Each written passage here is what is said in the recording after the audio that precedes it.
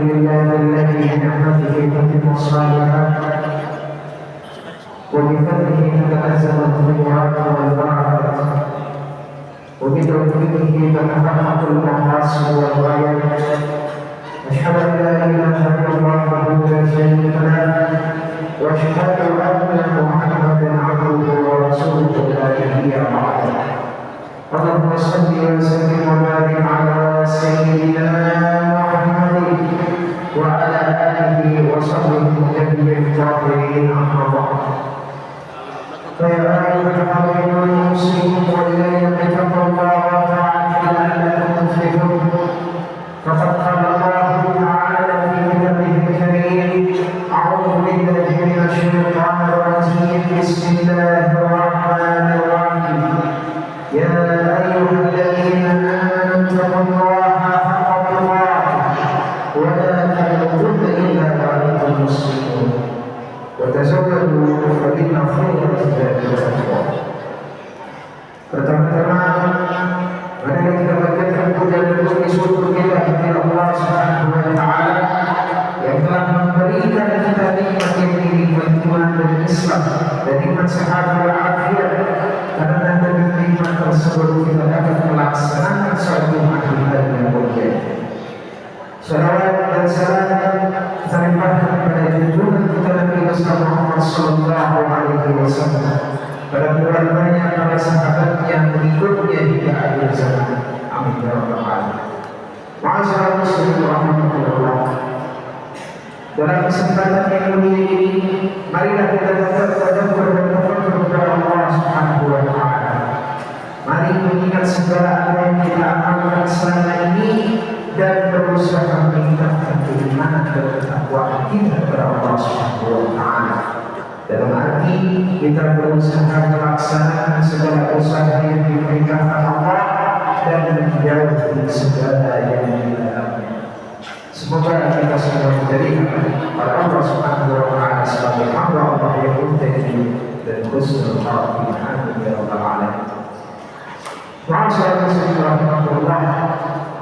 Hari ini kita telah mendengar Zionis Israel masih terus melancarkan serangan perasaan teror. Ribuan jiwa gugur dalam peperangan ini, ribuan lainnya terluka.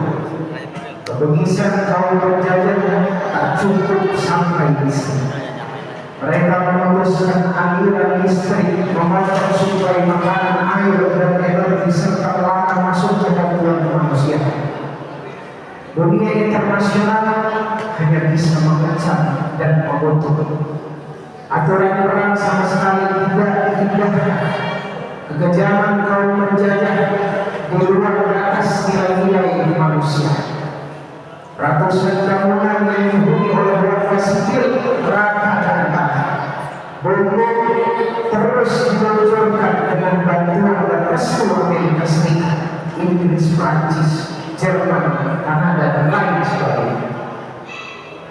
Di balik semua itu, kaum penjajah menaruh dendam yang luar biasa pada kaum pejuang kemerdekaan Palestina.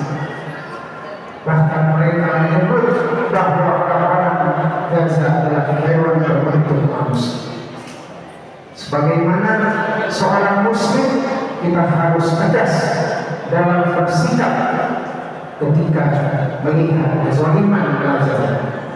Sebagaimana Rasul sallallahu alaihi wasallam bersabda, "Man ra'a minkum munkaran falyughayyirhu biyadihi, fa in lam yastati' fa bi lisanihi, fa in lam yastati' fa bi qalbihi, fa dzalika al-'afwu."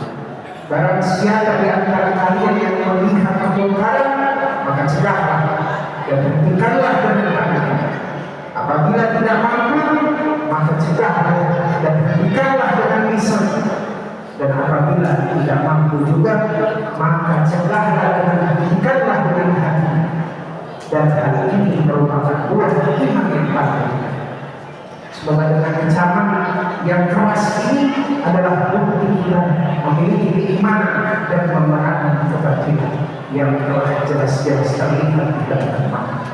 Masyarakat muslimin rahimahullah, di Indonesia melihat dalam perjuangan kemerdekaan, insya Allah beberapa hari lagi kita akan memperingatkan Hari Santri Nasional pada tanggal 22 Oktober 2023. Pada tanggal dan bulan yang sama di tahun 1945, Hadratus Syekh Kiai Haji Hasyim Asy'ari mencetuskan fatwa resolusi jihad itulah yang menggerakkan seluruh elemen bangsa terutama para ulama dan santri untuk memperbesar, untuk mempertahankan kemerdekaan dari agresi militer Belanda Jilid II yang membonceng sebelumnya.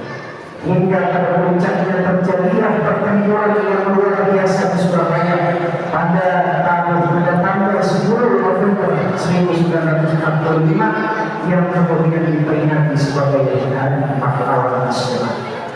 Pada waktu merebut dan mempertahankan kemerdekaan Republik Indonesia, para ulama dan santri berjuang dengan senang, yaitu senjata. Setelah kemerdekaan berhasil direbut dan dipertahankan, maka saatnya kita para santri atau para mahasiswa berjihad dengan al-jihad, yang artinya menyebarluaskan ilmu pengetahuan. Marilah kita teladani para pendahulu kita yang bukan hanya berjuang kemerdekaan, tapi juga berjuang ilmu pengetahuan. Masyaallah, ada hal yang sangat penting di dalam Islam.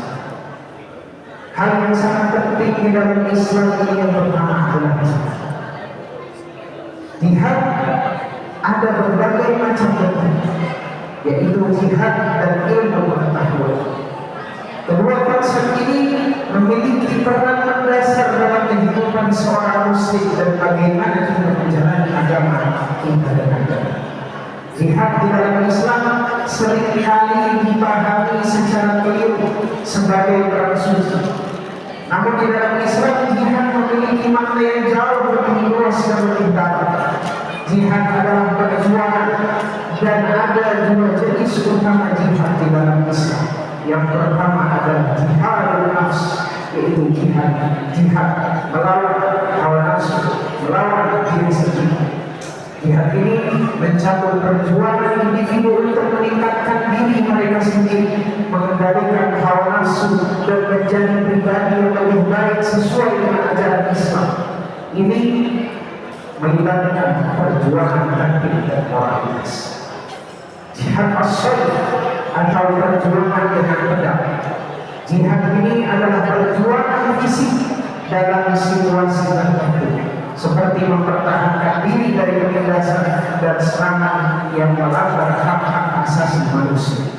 Namun perlu diingat bahwa jihad militer harus dilakukan sesuai dengan hukum perang Islam yang ketat dan tidak boleh menyerang warga sipil atau melanggar hak asasi manusia.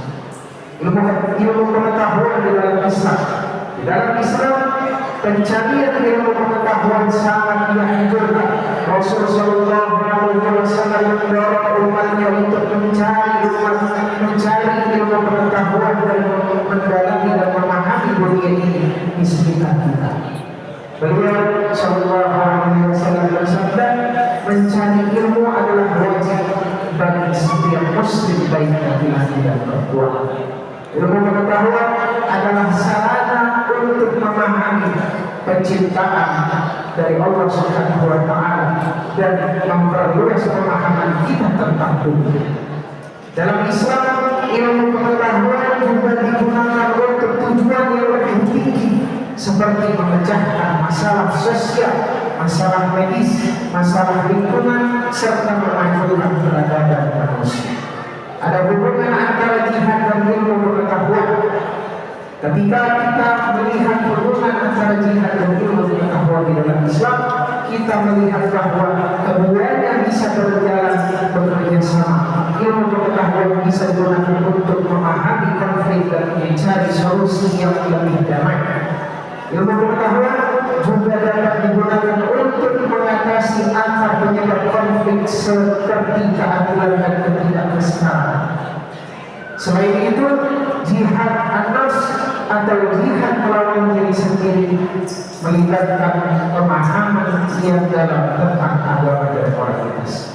Ini melibatkan ilmu pengetahuan dan pemahaman yang mendalam tentang ajaran Islam. Ma'asyiral muslimin rahimahullah, sebagai umat Islam kita harus memahami bahwa jihad dan ilmu pengetahuan, jihad dan ilmu pengetahuan adalah dua konsep yang penting dalam kehidupan kita. Kita harus berjuang untuk menjadi pribadi yang lebih baik, dan kita harus berjuang untuk memahami dunia dan sekitarnya. Dengan memadukan perjuangan batin dan pengetahuan, kita dapat menjadi individu yang lebih bijaksana dan berkontribusi pada kemajuan umat manusia. Semoga Allah Subhanahu wa Ta'ala memberikan kita kekuatan untuk menjalani jihad melawan diri sendiri dan meningkatkan pemahaman kita tentang dunia melalui ilmu pengetahuan. Dan ini semua harus bersumber pada kecintaan kita yang mendalam kepada Allah dan Rasul. Kita telah berbicara tentang jihad, ilmu pengetahuan, dan bagaimana dua konsep ini berperan dalam Islam. Saat kita mengakhiri khutbah ini, mari kita bersatu dalam doa untuk Palestina yang telah lama menjadi tempat konflik dan pemerintahan. Ya Allah, ya Maha Pengasih lagi Maha Penyayang, kami berdoa kepada-Mu untuk Palestina. Kami berdoa agar Engkau memberikan kedamaian kepada rakyat Palestina yang telah lama hidup dalam konflik dan ketidakpastian. Kami berdoa agar Engkau memberikan kekuatan kepada mereka untuk bertahan menjalani kehidupan dengan martabat. Kami juga berdoa agar Engkau, ya Allah, memberikan hikmah pada pemimpin dunia untuk mencari solusi yang adil dan berkelanjutan untuk konflik Palestina yang menghantui generasi lainnya. Kami berdoa agar Engkau, ya Allah, membantu semua pihak yang berjuang untuk perdamaian, keadilan dan hak asasi manusia di Palestina. Kami berdoa agar Engkau melindungi anak-anak Palestina yang tumbuh dalam kondisi sulit, agar mereka memiliki masa depan yang lebih baik.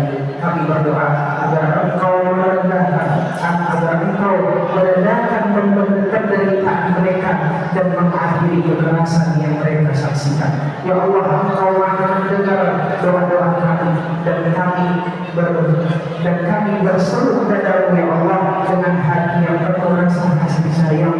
Kami berdoa agar kedamaian dan keadilan akhirnya mengalir pada tanah suci Palestina. Kami berdoa dengan iman dan keyakinan dan harapan, karena Engkau adalah Maha Penguasa dan segala sesuatu mungkin di tangan-Mu, ya Allah. Ma'asyiral muslimin rahimahullah, sekarang kita tanyakan kepada diri kita masing-masing. Untuk semua perjuangan ini akan bersumber pada kecintaan kepada Allah dan Rasul-Nya. Rasul telah meninggalkan kita. Rasul telah meninggalkan kita. Karena beliau telah memberikan wasiat kepada kita dua perkara. Rasul sallallahu alaihi wasallam bersabda, "Taraktu fikum amrayn fa in tamassaktum bihi lan tadillu abadan." Kita Allah, Rasul dan Rasulullah sallallahu alaihi wasallam. Aku tinggalkan dua perkara yang apabila kalian berpegang teguh kepada keduanya, maka tidak akan pernah tersesat selamanya, yaitu yang pertama Al-Quran dan Sunnah Nabi sallallahu alaihi wasallam. Rasul adalah sosok manusia yang merasakan penderitaan kaumnya. Allah Subhanahu wa Ta'ala berfirman, "Laqad ja'akum rasulun min anfusikum azizun 'alaihi ma 'anittum harisun 'alaikum bil mu'minina ra'ufur rahim." Sungguh telah datang kepadamu seorang rasul dari kaummu, yaitu manusia, berat terasa olehnya penderitaan yang kamu alami. Dia sangat menginginkan keimanan dan keselamatan bagimu, amat belas kasih bagi penyayang terhadap orang-orang yang beriman.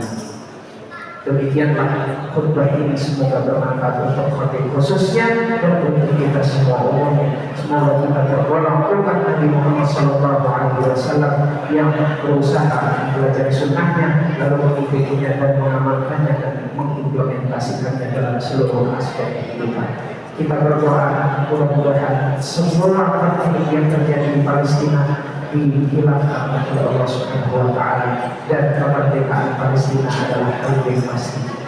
Barakallahu li wa lakum fil Qur'anil azim wa nafa'ani wa iyyakum bil ayati wal dhikril hakim innahu ta'ala jawadun karimun malikun rahmanur rahim.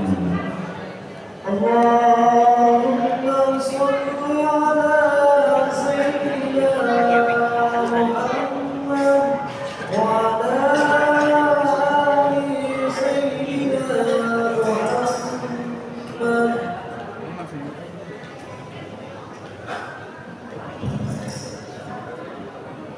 Alhamdulillahi ala ihsanih wa syukran ala tawfiqihi wa imtinanihi wa ashhadu an la ilaha illallah wahdahu la syarika lah wa ashhadu anna sayyidana Muhammadan abduhu wa rasuluhu la ilaha illallah.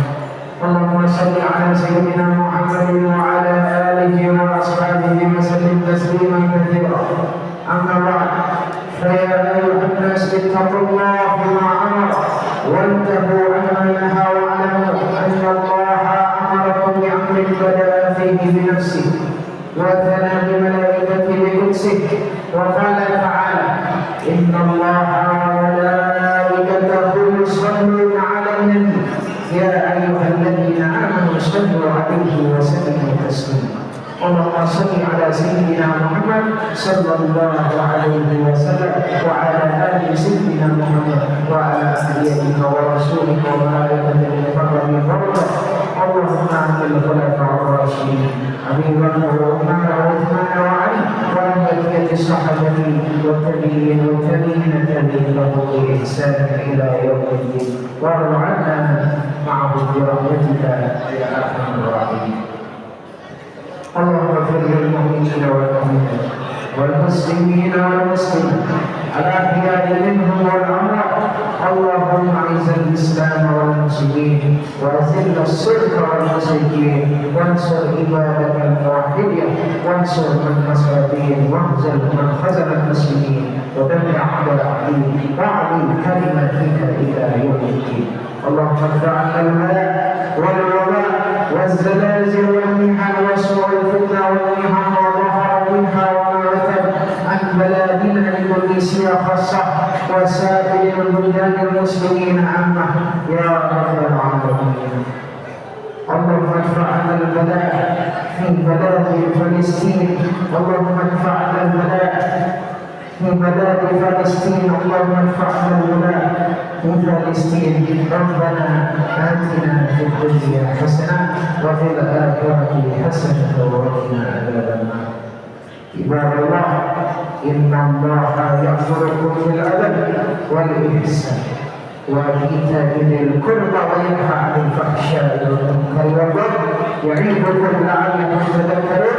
واذكروا الله العظيم يذكركم واشكروه على نعمته يزدكم ولذكر الله أكبر. أقيموا الصلاة.